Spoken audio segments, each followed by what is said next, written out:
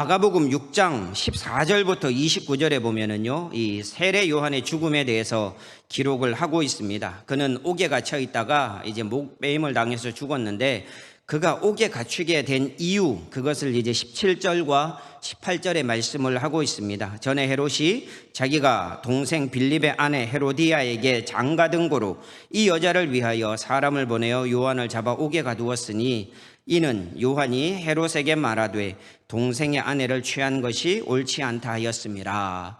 이렇게 말씀을 하고 있습니다.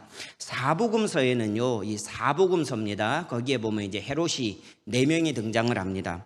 예수님께서 태어날 때 헤롯이 등장을 해서 베들레헴에서 2살 이하의 아이들을 다 죽여라 라고 그렇게 명을 하는데, 그 헤롯은 헤롯 대왕입니다.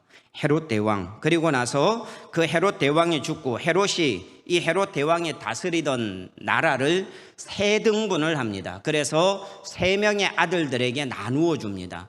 그 왕들을 이제 분봉왕이라고 얘기를 하는데, 헤롯 아켈라우, 헤롯 안디바, 헤롯 빌립, 이렇게 이제 우리가 보게 됩니다. 여기에서는요, 우리 성경에서는 전부 다 헤롯이라고 기록을 하고 있어서 헤롯 누군지 정확하게 알 수는 없지만, 그런데 이 성경을 이렇게 보면서 설명을 보면은요, 이게 누구다라는 것을 우리는 충분히 알 수가 있습니다. 헤롯 아켈라오, 이 사람은요, 먼저 이 헤롯 안디바, 오늘 나오니까 이 헤롯 안디바라는 사람은 어디를 다스리게 되었느냐, 갈릴리 바다가 여기에 있으면 여기가 이제 요단강 쫙 이렇게 흐르죠. 제 입장에서 볼 때 이 헤롯 안디바가 다스렸던 땅은 여기 이 갈릴리 바다를 중심으로 여기 북서쪽이라고 해야 되나요? 여기하고, 그리고 이 베레아 지방, 요단강 중심으로 동편, 여기를 이제 이런 식으로 다스리게 됩니다. 제 입장에서 그렇습니다. 그리고 헤롯 빌립, 이 사람은요, 이 요렇게 되어 있는 이쪽 지역, 북동쪽, 갈릴리 북동쪽, 이쪽을 이제 다스리게 됩니다. 그리고 나머지 지역을 헤롯 아켈라오가 다스리게 됩니다. 그런데 이 헤롯 빌립 같은 경우에는 우리가 너무나 잘 알고 있는 사건이 하나 있습니다. 그건 뭐냐면, 헤롯 빌립이 이 왕으로, 원래는 이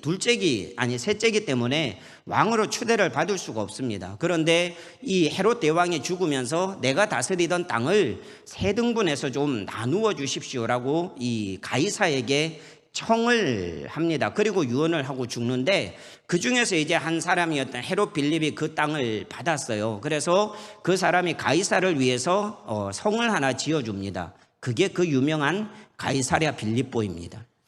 그 땅을 이렇게 지어주고 유명한 일이 있죠. 그리고 또 이 헤롯 안디바와 헤롯 빌립 사이에서 있었던 일이 오늘 우리가 읽은 본문의 말씀입니다. 헤롯 아켈라오는 이 유대 지역 거의 대부분을 이렇게 점령을 하고 다스렸습니다. 그런데 그 사람이 너무나 이 폭정을 했기 때문에 이 백성들이 가이사에게, 황제에게 이 요청을 합니다. 이 사람 너무 힘들어서 우리가 섬길 수가 없다. 이 사람은 너무 우리를 학대하고 포갑으로 다스린다. 그렇게 이 황제에게 요청을 하는데, 황제가 그 청을 받아들여 가지고 이 헤롯 아켈라오는 폐위를 시켜버립니다. 그리고 나서 무엇으로 통치를 하느냐, 거기에 이제 총독들을 보내게 됩니다. 우리가 잘 알고 있는 이 본디오 빌라도, 이런 사람도 이 총독 중에 하나였죠. 그래서 헤롯 아켈라오가 다스렸던 그 예루살렘 지역, 이러한 것들, 여기에 이제 총독들을 보내서 쭉 다스리게 됩니다. 헤롯 아켈라오는 금방 폐위가 됩니다. 그리고 오늘 이 본문에 나오고 있는 이 사건, 헤롯 안디바와 헤롯 빌립, 이 사람의 이제 얘기가 여기에 나오고 있는데, 여기에서는 이제 세례 요한의 죽음이 얽혀 있기 때문에 이걸 좀 사건을 좀 봐야 됩니다. 원래 이 헤롯 안디바와 헤롯 빌립은 이 형제가 아니었죠. 그런데 그렇게 되었는데, 이 헤롯 안디바가 빌립의 아내였던 헤로디아, 이 사람과 불륜 관계를 맺게 됩니다. 그래서 문제가 뭐냐면은, 이 헤롯 안디바도 아내와 이혼을 하고, 이 헤로디아도 헤롯 빌립과 이혼을 하고, 이 2사람이 결혼을 해버려요. 그래가지고 자기네들의 어떤 이 욕심에 의해서, 이 정욕에 의해서 이런 것들을 일으키게 되니까 세례 요한이 가서 이것은 정말 옳지 않다, 이렇게 얘기를 하니까 이 헤로디아가 앙심을 품고 뭘 하느냐, 죽이려고 계획을 하다가 드디어 이 날을 잡고 오늘이다 해가지고 이 죽인 사건이 바로 오늘 본문에 나오고 있는 이 사건입니다. 이해가 되시죠? 불륜관계였다고요. 그렇게 해서 결혼했다니까요. 그래가지고 이거를 지적을 하니까 이 죽여야겠다 이래가지고 죽인 거예요. 그런 일이 오늘 이제 발생을 하게 된 것이었습니다. 그러니까 오늘 이 말씀은 그런 내용을 담고 있습니다. 그런데 이 헤로디아는요, 이 어떤 상황이었느냐, 이 세례 요한을 봤을 때에 굉장히 마음에 앙심을 품고 있었습니다. 이 본문 말씀을 보면 19절을 보면 이렇게 말씀을 합니다. 헤로디아가 요한을 원수로 여겨 죽이고자 하였으되 하지 못한 것은, 이렇게 말씀을 합니다. 죽이려고 했어요. 금방 죽이려고 했는데 금방 죽이지를 못했던 거예요. 그러다가 이제 기회를 보게 되었습니다.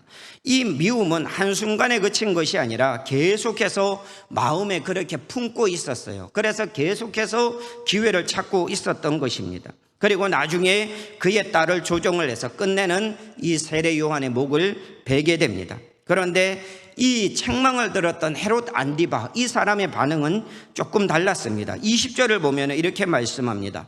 헤롯이 요한을 의롭고 거룩한 사람으로 알고 두려워하여 보호하며 또 그의 말을 들을 때에 크게 번민을 하면서도 달갑게 들음이로라, 이렇게 말씀을 하고 있습니다. 헤롯 안디바에게도 세례 요한이 당신 정말 잘못했습니다, 이거 하나님 앞에서 엄청난 범죄입니다, 그렇게 얘기를 했는데 이 요한을 의롭고 거룩한 사람으로 알았다는 거예요. 그래서 두려워했다라고 얘기를 합니다. 이게 헬라어로 포베오라는 말을 쓰는데 이 두려워하다라는 뜻과 함께 하나가 더 있는데 존경한다라는 뜻을 가지고 있어요. 그러니까 자기에게 죄를 지적하고 자기의 이 악함을 그대로 얘기를 하는 거기에 대해서 두려워하는 마음도 있고 존경하는 마음도 있고, 그리고 또 뭐 어떻게 됐다는 것입니까? 거룩한 사람으로 알고 그리고 또 보호했다라고 그렇게 얘기를 합니다. 그리고 또 이 세례 요한의 말을 들을 때에 어떻게 했다고요? 그의 말을 들을 때에 크게 번민을 하면서도 달갑게 들었다, 이렇게 말씀을 하고 있습니다. 이건 참 헤롯 안디바의 입장에서 이게 엄청난 표현일 수가 있습니다. 그런데 왜 이런 일들이 있었을까? 이것을 보면은요, 이 세례 요한이 하나님의 선지자로서 그 역할을 감당했기 때문에 이렇게 인정을 받은 것입니다. 그렇지 않고 죄를 보고도 못 본 채하고 용기도 없어 아무 말도 못하고 그렇게 넘어갔다면 헤롯은 이렇게 생각하지 않았을 것입니다. 도리어 생각할 때 세례 요한도 별것 아니다, 이렇게 얘기를 하고 생각을 했을 수도 있습니다. 그러나 이 세례 요한이 죄를 지적한 것을 두고 거기에 대해서 굉장히 번민하면서도 그것을 즐겁게 달갑게 그렇게 들을 수 있었던 사람이 헤롯 안디바였다는 것입니다. 하나님이 말씀을 하게 하실 때에 성도로서 이런 용기는 우리가 정말 가지고 살아야 합니다. 악한 것을 악한 것이다, 나쁜 것을 나쁜 것이다, 우리 스스로도 하나님의 말씀으로 판단을 할 수 있어야 되고 때로는 그것을 얘기할 수 있어야 되고, 그래야 우리가 성도다운 삶을 살아갈 수 있다는 것입니다. 내가 이렇게 얘기를 하면 저 사람들이 나를 어떻게 볼까? 이런 얘기를 하면 저들이 나를 왕따를 시키지 않을까? 이런 어떤 두려움을 가지고 사람들을 대하고 그렇게 한다면은요, 이거는요 하나님께서 기뻐하시지 않습니다. 정말 하나님께서 보시기에 나쁜 것은 나쁘다, 옳은 것은 옳다, 이렇게 얘기할 수 있는 그런 용기가 성도에게 있어야 한다는 것입니다. 그런 용기 있는 성도들이 되기를 바랍니다. 아멘이시죠? 정말 우리에게 그런 용기가 있어야 됩니다. 지금은 더더욱 그렇습니다. 성도가 성도다울 때, 성도가 바르게 행하고 바르게 살 때 세상은 그 성도를 무시하느냐? 그럴 수 없습니다.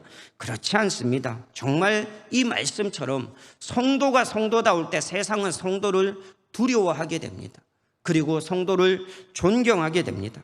성도가 성도답지 못할 때 짠맛을 잃어버린 소금처럼 세상으로부터 무시를 당합니다. 말과 행동과 삶에 성도다움이 있어야 합니다. 우리가 성도답지 못함으로 말미암아 욕을 듣는 것이지 성도답게 살아가는데 욕 듣지는 않습니다. 그렇지는 않습니다. 우리가 진짜 성도다울 때 하나님이 기뻐하시고 정말 이 세상으로부터 인정받고 존경받는 그런 사람들로 세워주실 줄로 믿습니다. 우리가 정말 하나님의 말씀을 기준으로 살아갈 때, 하나님의 말씀을 믿으며 살아갈 때 우리는 성도답게 살아갈 수가 있는 것입니다. 지금은 성도다운 사람이 너무나 필요한 시대입니다. 우리가 아무리 세상을 보고 어디에 가도 성도다운 성도를 보기가 너무 힘든 시대에 우리가 살아가고 있습니다. 세상 사람들과 이 성도와 정말 이 너무 흡사한 이러한 상황 속에 우리가 살고 있기 때문에 기독교가 영향력을 발휘하지 못하는 것입니다. 우리 기독교가 영향력을 발휘하기 위해서는요, 성도의 성도다움이 회복되어야 됩니다. 그래야 우리는 정말 세상에 준 말씀처럼 소금이 되고 세상에 빛이 될 수 있는 것입니다. 그런 사람들이 있어야 밝아지게 되고, 그런 사람들이 있어야 짠맛을 낼 수가 있는 것입니다. 악인은 어떻게든 의인을 무너뜨리려고 기회를 엿봅니다. 헤로디아는 그런 기회를 찾다가 드디어 기회를 찾았습니다. 헤롯이 자신의 이 생일을 맞아 귀인들을 불러 잔치를 벌였습니다. 그때 어떤 일이 벌어집니까? 본문 22절에 이렇게 말씀을 합니다. 헤로디아의 딸이 친히 들어와 춤을 추어 헤롯과 그와 함께 앉은 자들을 기쁘게 한지라. 왕이 그 소녀에게 이르되 무엇이든지 내가 원하는 것을 내게 구하라, 내가 주리라 하고. 아멘. 이렇게 말씀을 합니다. 이 잔치가 무르익었을 때에 헤로디아의 딸이 이제 들어와서 춤을 추기 시작을 합니다. 어떤 춤을 추었는지 우리는 알 수는 없지만 그 잔치가 더 흥겹고 그리고 기쁘고 그리고 그렇게 만든 것만큼은 분명합니다. 취기도 올랐을 테고 분위기가 이 아이의 춤으로 더 좋아졌을 때 헤롯이 얘기를 합니다. 무엇이든지 내가 원하는 것을 내게 구하라, 내가 주리라.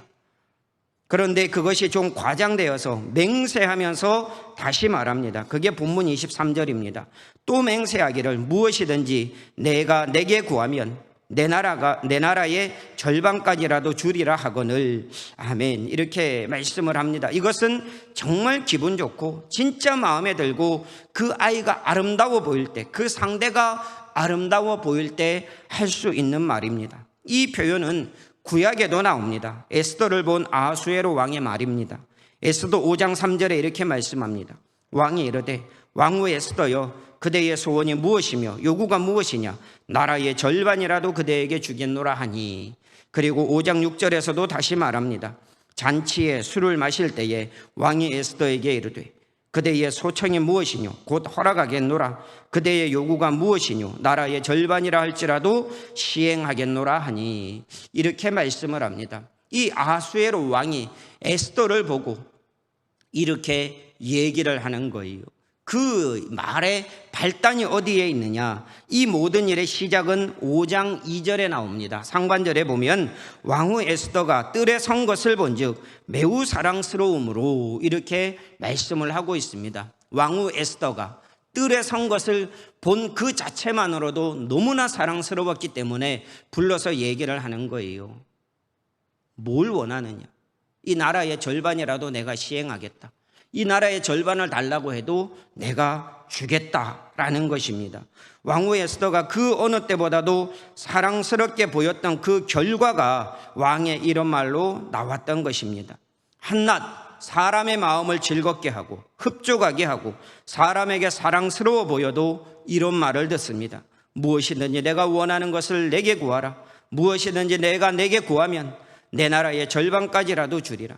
이게 얼마나 엄청난 말입니까? 정말 나라의 절반을 주지 않는다 할지라도 그 마음은 우리가 충분히 이해할 수가 있습니다. 그만큼 사랑스럽고 그만큼 마음에 들고 그만큼 흡족하기 때문에 이런 말을 할 수 있는 것입니다.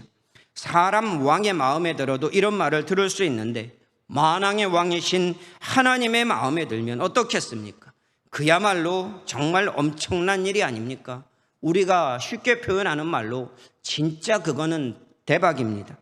우리가 말과 행실에 있어 거룩하고 하나님의 기쁨이 되는 삶을 살 때 하나님께서 부어주시고자 예비하시는 은혜가 얼마나 크겠습니까?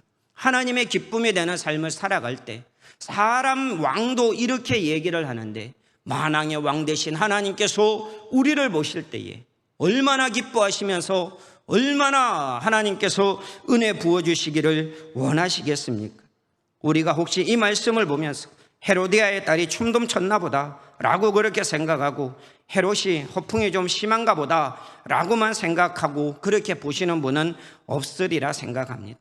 이 말씀을 보면서 나는 하나님의 마음에 드는 사람이 되고 싶다, 그래서 하나님이 주시는 복을 받고 싶다, 이러한 열망이 우리에게 생겨야 당연한 것입니다. 인간 왕의 말에도 그렇게 마음에도 들어도 뭔가 이렇게 한 자리 하는데, 대통령의 마음에 들어도 장관 한 자리 하고, 뭐 어떤 이 회장 이 마음에 들어도 어떤 한 자리를 하게 되는데, 만왕의 왕 대신 하나님의 마음에 들면 우리는 정말 모든 삶이 바뀔 수가 있는 것입니다. 사람 왕은 나라의 이 절반밖에 둘 수가 없지만, 하나님이 주시는 복은 세상 누구도 줄 수 없는, 세상 어느 것과도 비교할 수 없는, 세상 어디에서도 볼 수 없는 하나님의 나라와 하나님의 영광을 우리에게 주시는 것입니다. 무엇을 택하시겠습니까? 사람을 기쁘게 해서 사람이 주는 영광을 받기를 원하십니까? 아니면 만왕의 왕 되신 하나님을 기쁘시게 해서 하나님께서 주시는 엄청난 복을 받기를 원하십니까? 저는 하나님을 기쁘게 하는 편을 택하겠습니다.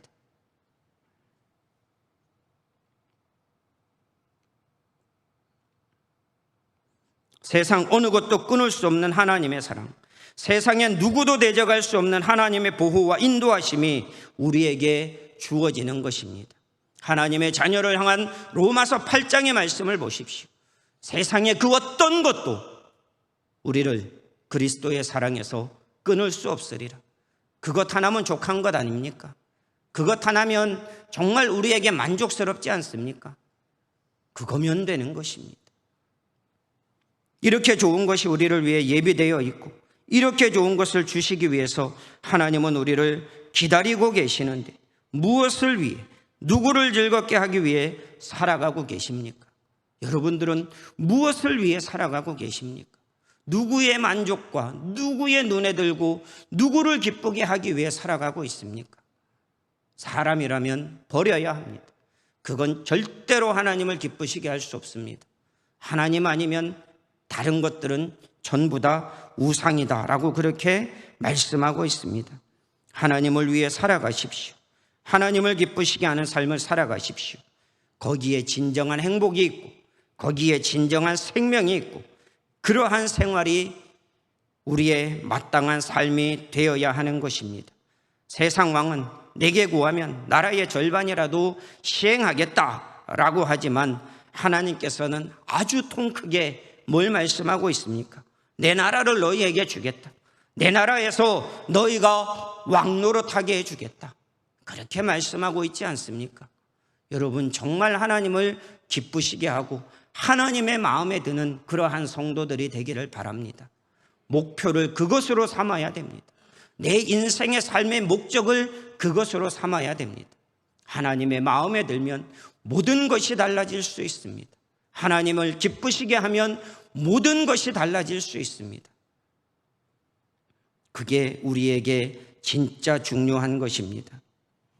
하나님은 우리에게 놀라운 은혜를 베풀어 주시기를 원하시고, 정말 이 세상에 줄 수 없는 복을 예비하시고 우리를 오라고 부르십니다.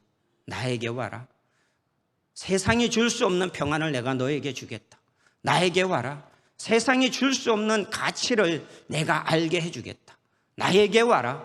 세상이 알 수 없고 볼 수 없고 줄 수도 없는 그 영광을 내가 너희에게 보여주겠다라고 말씀합니다. 이 세상에 누가 예수님을 볼 수 있습니까? 이 세상에 누가 하나님의 영광을 볼 수 있습니까? 주님의 부르심에 기쁨으로 달려나온 사람들, 그 사람들이 하나님의 영광을 볼 수가 있는 것입니다. 하나님이 주시고자 하시는 것을 받을 수 있는 것입니다. 우리의 삶의 목적은 뚜렷합니다. 하나님을 기쁘시게 하는 삶, 하나님의 마음을 흡족하게 하는 삶, 이게 우리의 삶의 목적입니다. 우리가 잘 알고 있는 소유리 문답 1문에 뭐라고 되어 있습니까? 인간의 제일 되는 목적이 무엇입니까? 하나님을 기쁘시게 하고 하나님을 영화롭게 하는 삶, 이것이 우리의 삶의 목적이라고 분명히 말씀을 하고 있습니다. 누구의 목적? 인간의 목적. 저와 우리 모든 성도님들의 목적, 존재의 목적, 그게 그것이라는 것입니다.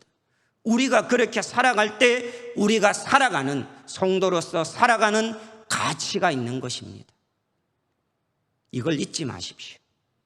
세상의 모든 것 다 잊어버려도 이것만큼은 잊지 마십시오. 나의 존재 가치는 하나님 안에 있다. 나의 존재 목적은 하나님을 기쁘시게 하는 것이다. 이것을 잃어버리면 우리는 성도로서 아무것도 아닌 것입니다. 성도라 할 수도 없는 것입니다. 그러나 우리의 삶 가운데 나의 존재 목적은 하나님의 영광을 위한 것이고 내가 하나님을 기쁘시게 하는 삶을 위해서 살아가고 있다면 내가 아무리 어렵고 힘들고 고난 가운데 있다 할지라도 하나님은 나를 기뻐하고 계시고 하나님은 나를 인정하고 계시고 하나님은 우리에게 은혜 베풀어 주시기를 마다하지 않는다는 것을 분명히 기억하십시오. 세상에서는 우리에게 줄 수 없는 것, 그건 오직 하나님만이 주실 수 있는 것입니다. 세상의 어떤 것들이 우리에게 기쁨을 준다 해도 근본적인 기쁨은 하나님만이 주실 수 있습니다. 세상이 아무리 좋은 옷을로 우리를 고쳐준다 할지라도 영원한 생명은 하나님만이 주실 수 있는 것입니다. 이 땅에서 우리가 100년, 200년 사는 것, 그게 중요하지 않습니다. 우리가 이 땅에서 살다가 영원한 하나님의 나라에서 살아가게 되는 것, 그 목적 가지고 우리가 살아가고 있지 않습니까?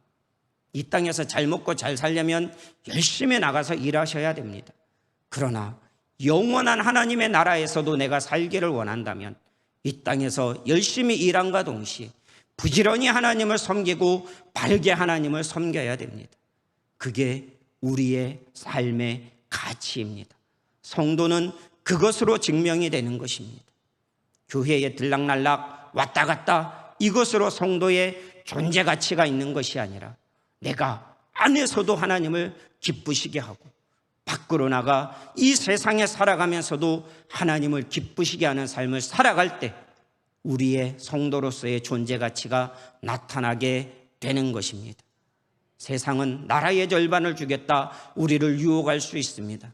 그러나 하나님은 그 정도가 아니라 영원한 하나님의 나라를 우리에게 주시려고 예비하고 기다리고 계십니다.